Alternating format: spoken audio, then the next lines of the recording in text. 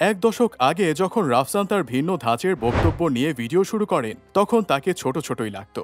তবে এই এক দশকে তিনি পরিণত হয়েছেন অনেকটা, কিন্তু ছোট পরিচয়টা আর মোছেনি, কারণ তার নামই হয়ে গেছে রাফসান দা ছোট ভাই। দেশে এই মুহূর্তে ভিডিও ব্লগিং বা কন্টেন্ট ক্রিয়েশনের জোয়ার বইছে।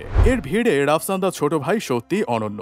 ইংলিশ মিডিয়াম পড়ুয়া সুদর্শন তরুণের উচ্চারণ, মজার মজার কথা আর পাগলাটে সব কাণ্ড তাকে নিয়ে এনেছে আলোচনার কেন্দ্রে। নির্বাচনের সময় রাজনৈতিক নেতার প্রচারেও ডাক পড়ে তার, এমনকি প্রধানমন্ত্রীর অনুষ্ঠানেও দেখা গেছে তাকে।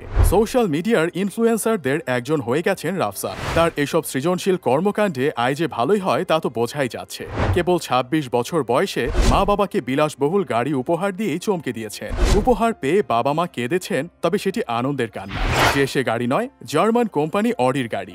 ইউরোপ আমেরিকায়ও এই গাড়ি বিলাসবহুল হিসেবে দেখা হয়। গত ৫ বছরে দেশে এই কোম্পানির গাড়ি আমদানি হয়েছে ২৯৭টি। ২০১৯ সালে বিআরটিএ সরবরাহ করা তালিকায় অডি ব্যবহারকারী মাত্র ২৭ জন। দেশের বাজারে এই গাড়ি বিক্রি হচ্ছে ২ কোটি টাকার উপরে। তার মানে রাফসান দা ছোট ভাই সেই গাড়ি কেনার মতো সামর্থ্যবান হয়েছেন। ফুড বা ট্রাভেল ব্লগিং করে, মানে কন্টেন্ট বানিয়ে এই পরিমাণ আয় কিন্তু চারটিখানি কথা নয়। তার বয়স কেবল ২৬ বছর। এই বয়সী তরুণদের অনেকে এখনো সেশন জটে আটকে পড়ে পড়াশোনায় শেষ করতে পারেননি। অনেককে পরিবারের টাকাও পাঠাতে হয়। সেই বয়সে রাফসান অর্জন করে ফেললেন ২ কোটিতে গাড়ি কেনার সামর্থ্য।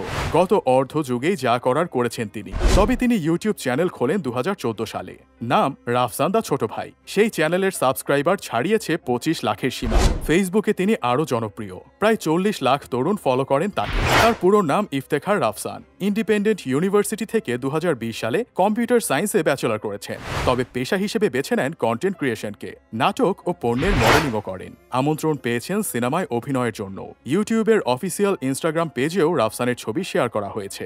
গত বছর দেশের ওটিটি ও ডিজিটাল প্ল্যাটফর্মে সেরা শিল্পী, কলা কুশলী ও কন্টেন্ট নির্মাতাদের স্বীকৃতি দিতে হয়ে যায় এক অনুষ্ঠান। সেখানে ফুড ও রেসিপি ক্যাটাগরিতে সেরা কন্টেন্ট ক্রিয়েটর হিসেবে সম্মাননা পান রাফসান। মালয়েশিয়ায় বিশ্বের সবচেয়ে ব্যয়বহুল স্টেকের রিভিউ করার জন্য এই পুরস্কার পান তিনি। চ্যানেল খোলার ৩ বছর পর ২০১৭ সালেই মূলত তার ইউটিউবিং শুরু। একদিন ক্লাস শেষে বার্গার কিংয়ে খেতে যান। তার বন্ধু একরাম বললেন, বার্গার নিয়েই কন্টেন্ট হয়ে যাক। শুরু হয়ে গেল সেদিনই। সেই বছর কেবল ৩টি ভিডিও বানান রাফসান। এরপর ২ বছরের বিরতি। ২০১৯ সাল থেকে শুরু হয় নতুন উদ্যমে ফুড ব্লগিং। তিনি খারাপ জিনিসকে খারাপ বলেছেন, ভালোকে ভালো বলেছেন। তার মধ্যে এক ধরনের দুষ্টামি আছে, আবার এক ধরনের ছেলে মানুষও আছে। মিষ্টি হাসিতে তার মজার মজার সেই সব বক্তব্য লুফে নিয়েছে মানুষ। কয়েক বছর আগে রোজায় নিয়ে আসা জালেবির ভিডিও ভাইরাল হয়ে যায়। সেই বছর আরো কয়েকটি রেস্টুরেন্টে গিয়ে তার মজার মজার কাণ্ড কারখানা নিয়ে তৈরি হয় তুমুল আলোচনা। তাকে নিয়ে বাড়তে থাকে মানুষের আগ্রহ।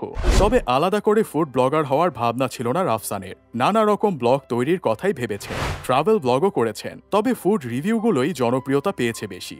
রাফসানের প্রথম দিককার ভিডিও দেখেই একটি মোবাইল ফোন অপারেটর কোম্পানি তাকে বিজ্ঞাপনে মডেল হওয়ার আমন্ত্রণ জানান। এরপর ধীরে ধীরে মডেলিংয়ে নিয়মিত হন। পরে বিস্কুট থেকে শুরু করে আরও কিছু পণ্যের মডেল হয়েছেন। রাফসান কিন্তু একজন পেশাদার গেমারও। ২০১১ সাল থেকেই গেমিং এর জগতে ঢুকেন তিনি। নিজের বড় ভাইকে নিয়ে অনলাইনে বিভিন্ন টুর্নামেন্টে অংশ নিয়েছেন। দেশের বাইরেও গেছেন টুর্নামেন্ট খেলতে। রাফসান পরে নিজেও নামেন রেস্টুরেন্ট ব্যবসায়। চালু করেছেন ভিন্ন ধাঁচের খাবার নিয়ে হাবিবি রেস্টুরেন্ট। এর কয়েকটি শাখা ও ক্লাউড কিচেন রয়েছে। অনেকটা মধ্যপ্রাচ্যের জনপ্রিয় খাবারগুলোর আদলে সাজানো হয় হাবিবির মেনু। কোকা কোলার ব্র্যান্ড অ্যাম্বাসেডর হিসেবে কাজ করেছেন রাফসান। ভিডিও ব্লগের মাধ্যমে জাতিসংঘের বিশ্ব খাদ্য সংস্থা ছাড়াও বিভিন্ন ব্র্যান্ডের প্রমোশনে কাজ করেছেন। রাফসানের লক্ষ্য সুদূর প্রসারী। তিনি আন্তর্জাতিক পর্যায়ের ফুড রিভিউয়ার হতে চান। ভালো ভালো কন্টেন্ট তৈরি করে নিজেকে এবং দেশকে বিশ্ব দরবারে তুলে ধরতে